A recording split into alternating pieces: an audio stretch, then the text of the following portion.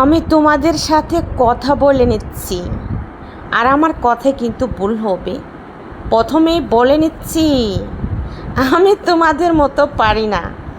এগুলো আমার নিজের চেষ্টায়, বুঝতে পেরেছ?